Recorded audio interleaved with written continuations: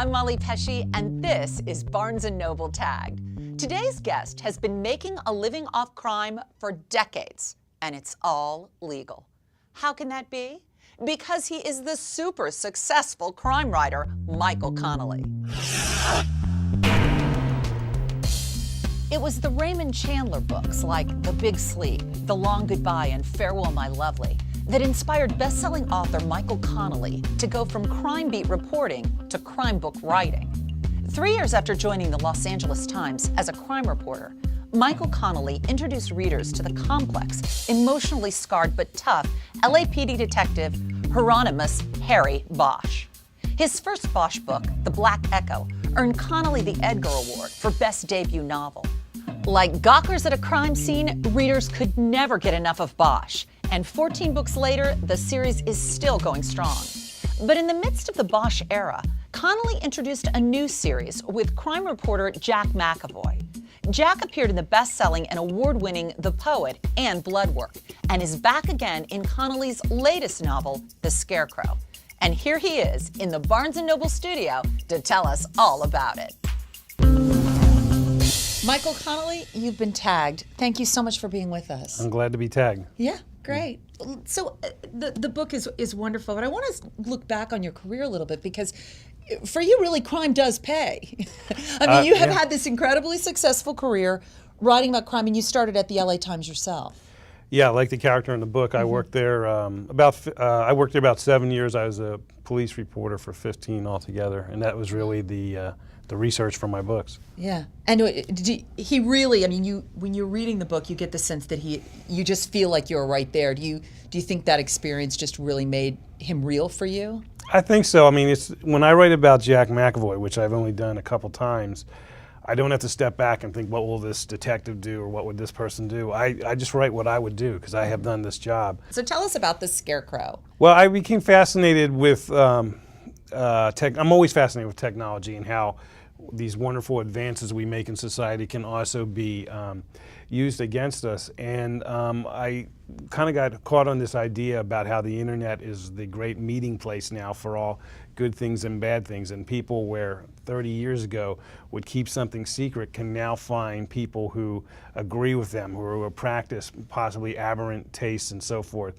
And there's a degree of acceptability on the internet now, and what that can lead to. The serial killer in the book found out everything about her, going to her Facebook, her LinkedIn. He knew that she liked a certain pizza place, and he found out that it was in a few blocks of her home. Do you think this is going to be crime waves of the future? Are you foretelling of something that you think is going to happen almost? Well, I mean, I don't want to be Well, no, I mean, I don't want to claim I'm foretelling anything. I just think, if anything, the book should maybe sound a little bit of a warning, tell people to be careful, because I think people have disparate places where they parcel out information about themselves, and they sometimes don't realize that someone can come in and gather all that, and from that create an accurate profile. You talk quite a bit about, or it's touched on in the beginning of the book, about the crumbling newspaper industry. You know, our lead character has just lost his job. And as a reporter, what's your take on that? Well, I'm nostalgically sad about it because I spent 15 years of my life in that business. But at the same time, I read newspapers online. I'm just like the rest of society as we move towards more and more towards the internet. And you know, my job is to entertain. I write page turners, hopefully, but there's always room in a book to say something else, to reflect a little bit about what's going on in society. And I think, you know, we're soon going to be out of the newspaper era, and so I thought it was worth writing a story that would be a little bit of a torch song about this business. You have succeeded. It's a huge page turner. Pre-order right now so you can have your copy available the minute it comes out. It's available for pre-order right now. Thank you so much. Thanks for having me. Here's a tagged close-up in which two photographers took the subway to success with their stills of moving art. During the 1970s and 80s, photographers Martha Cooper and Henry Chalfant captured the environment and the imagination of a generation by documenting the burgeoning New York City graffiti phenomenon in subway art.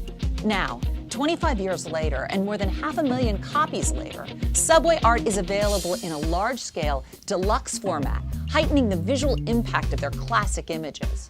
With 70 additional photographs and a fresh introduction and afterword, this collector's edition illustrates the passion, creativity, and resourcefulness of kids inventing an unlikely art form destined to spread worldwide and spawn the present-day street art movement.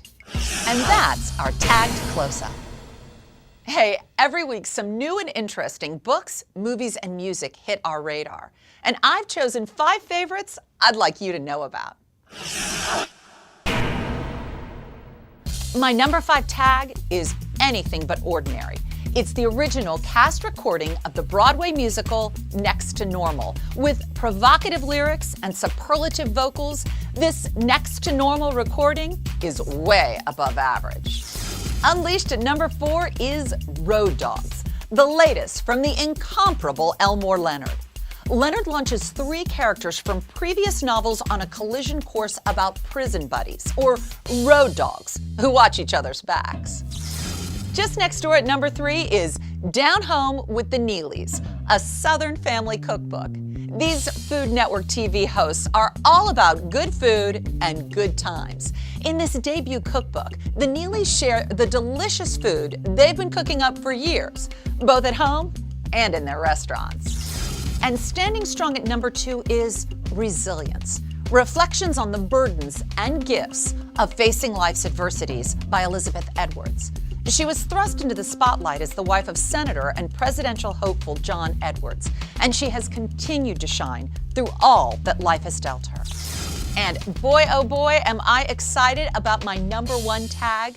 Going where no movie collection has gone before is Star Trek, the motion picture trilogy. It's available on DVD and Blu-ray. This set contains The Wrath of Khan, The Search for Spock, and The Voyage Home, plus lots of extras and commentary.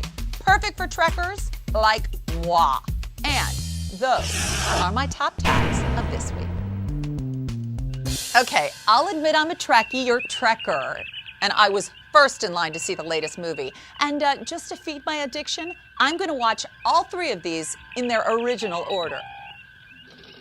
Live long and prosper. And thanks for watching Barnes & Noble Tagged. Beam me up, Scotty.